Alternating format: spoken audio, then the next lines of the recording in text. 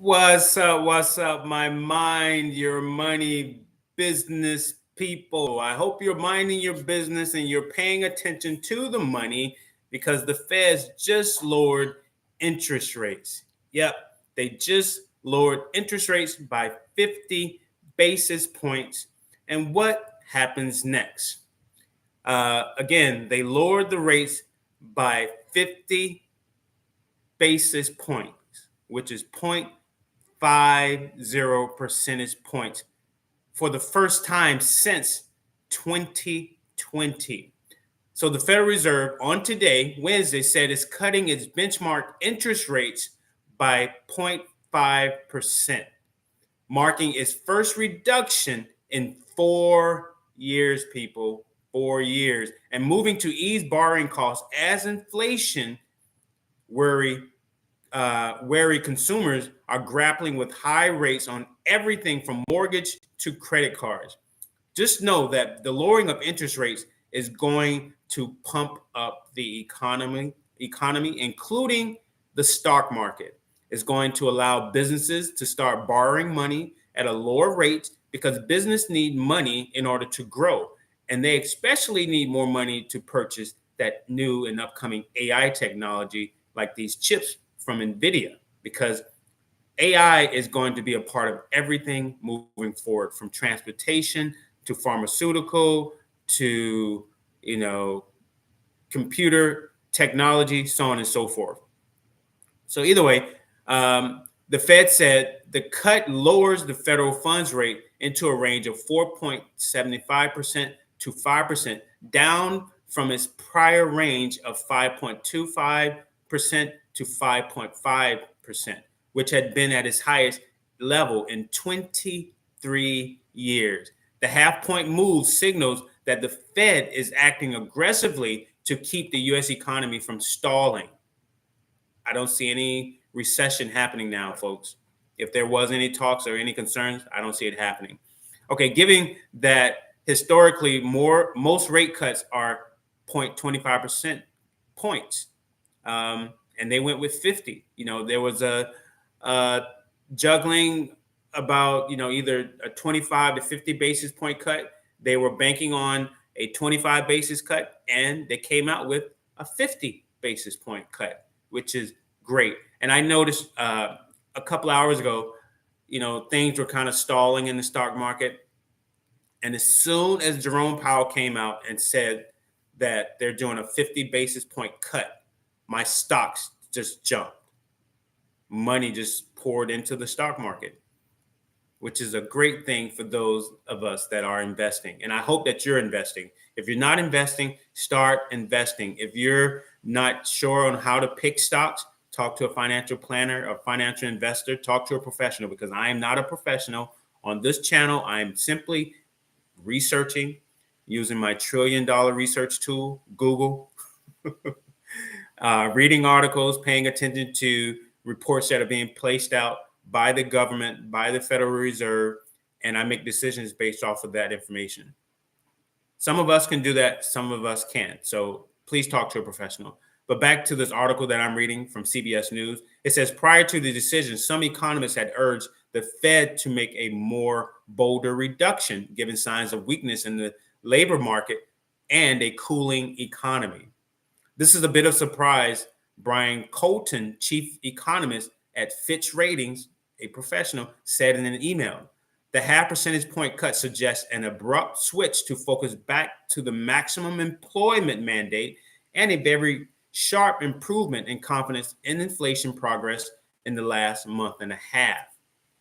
The latter is a little hard to understand given the incoming inflation data, and it suggests that the Fed may be more concerned than most about the state of the labor market, where the pace of the job creation still looks pretty solid. So it looks like it says here, inflation fight is won. It is the first drop in the federal funds rate, or what banks change each other for short-term loans, since the U.S. Central Bank lowered rates to nearly zero in March of 2020. Now, I'll say around 2020 is when I first started investing into the stock market because COVID happened. Stocks took a dive. They started lowering interest rates, and I started investing into the stock market. And the value of the stocks that I have purchased and my money in the stock market has grown significantly. I have made like 20% on my money or more in the last 4 years investing in the stock market. So that is a good thing. So the lowering of interest rates is good. And the Feds are going to meet again. They're going to meet 2 more times this year. And I'm thinking, because also it's an election year. So, whoever the president candidate is, or say if the current, you know, people that are in office, if they stay in office, they can take credit for the lowering of interest rates, especially if it continues to happen this year. Because the Feds will meet again in November and again in December. And more than likely, they're going to lower interest rates again. And when you lower the interest rates, the stock market goes up because it becomes a lot cheaper to purchase things. And when you're purchasing things, you're buying a new car from Ford or Mercedes. You're buying more products from Apple. You're spending more money at Nike. You're purchasing more homes. You're just spending more money. Not banks, but companies are borrowing more money to grow. So the purchasing of products, those products are also being sold in the stock market. You have Starbucks in the stock market. You have Johnson and Johnson in the stock market. You have AT&T in the stock market. You have Coca-Cola, Bank of America, all these products, and as they're being Tesla, the cars, again, Apple, Microsoft, Meta, Amazon, the buying is happening more and more. And so these companies are making more and more money, which drives the stock prices up. And those of us that are investing in the stock market will make money. Follow the money, people. Follow the money. So it says here, additional rate cuts in 2024. Even more important than today's cut is what the Fed does in the months ahead as it pivots away from battling inflation to reviving up the nation's economic engines in a bid to starve off a downturn. Because starting in August, they call it Black Monday, I think around August 5th, the market start taking big hits. And then September is always known as a volatile month in the stock market. So the beginning of September was rough. Then last week, the last 3 days of last week, things were good. And then the first 2 days of this week, things weren't that great. And today looks good. I haven't checked my account. Hold on. Let me check my account right quick. Let me see what is going on currently in the stock market. So give me 1 second, people. Just 1 second. This was not planned. I'm also up early because it is 5:52 my time. Okay, so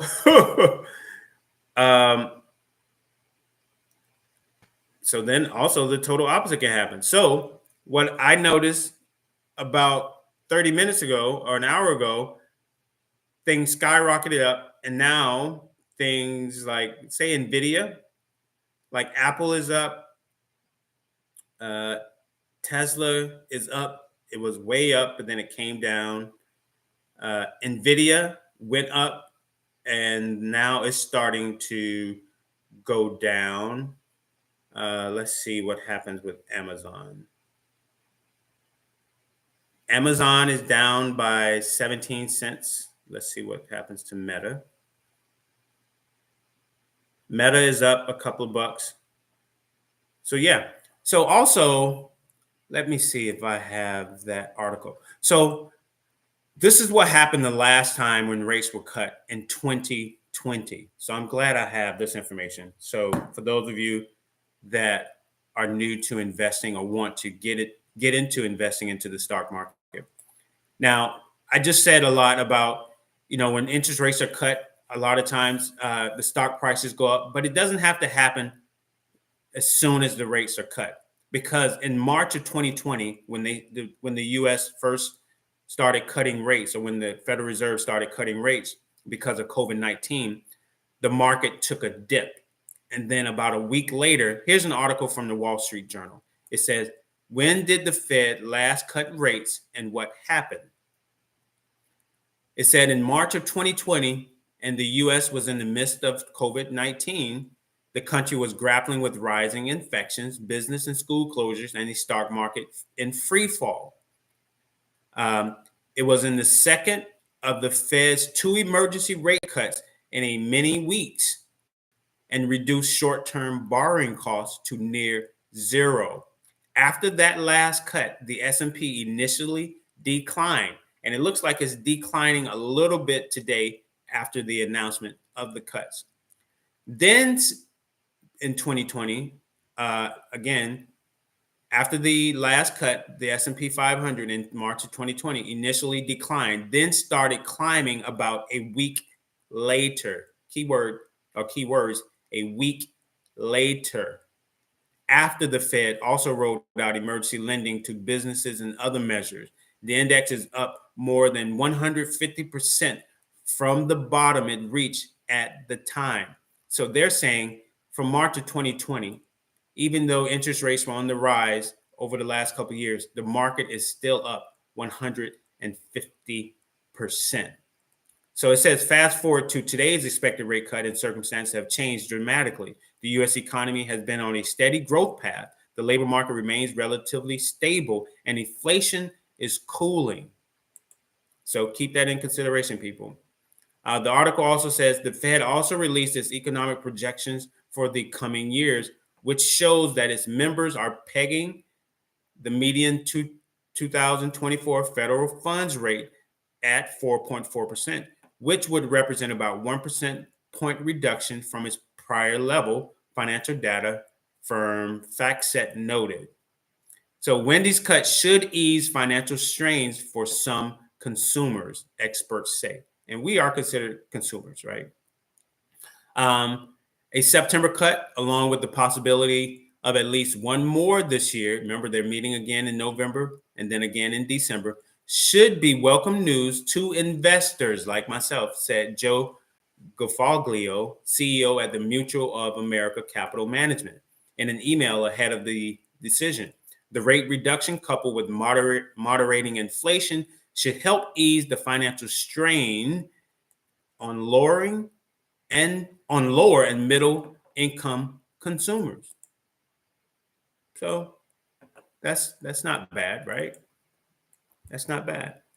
Economists are also forecasting that Wednesday's rate cut will mark the first time in a series of reductions this year and on into 2025, with many analysts expecting the Fed to also cut its benchmark rate at its November, and December meetings, according to FactSet. Yeah, it says the Fed does not have a meeting set or scheduled for October. So, yeah, it says the next FOMC meeting, and FOMC just stands for the Federal Open Market Committee. That's when the Federal Reserve, they get together. Jerome Powell, the chair for the Federal Reserve, is set to discuss the Fed's decision at a press conference. They've already done that today. And the next Fed meeting is scheduled November 6th and 7th, which would take place after the U.S. presidential election. And then again, they will meet on December 17th and 18th. So yeah, that's it. So hopefully, that's some good information on the rate cuts and what you should expect. Hopefully, and what history shows is that after rate cuts, the market tends to do better. And that's what I'm expecting. So hopefully you are investing, people. If you're not, talk to a financial planner, a financial advisor, use the $1 trillion research tool, which is Google, and do your own research. But yeah, that is all I would like to say today. So you guys take care. Peace.